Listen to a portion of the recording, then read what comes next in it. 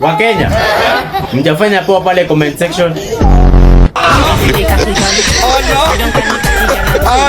Moja kwa moja hadi comment section.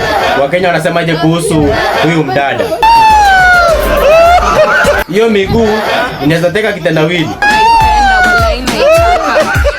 Huyu hakuli fair. Ukimalizana na yeye unamrusha kama mkuki hadi kwao. Kwenu hakuna mtu akona shida ya pesa akutoe kafara. Mata iko 14 floor kama tanki ya maji.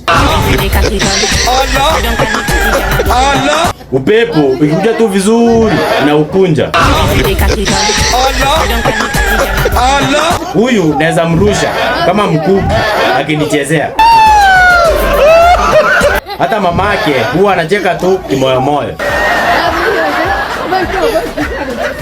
Huyu si ako na viuno mbili ama?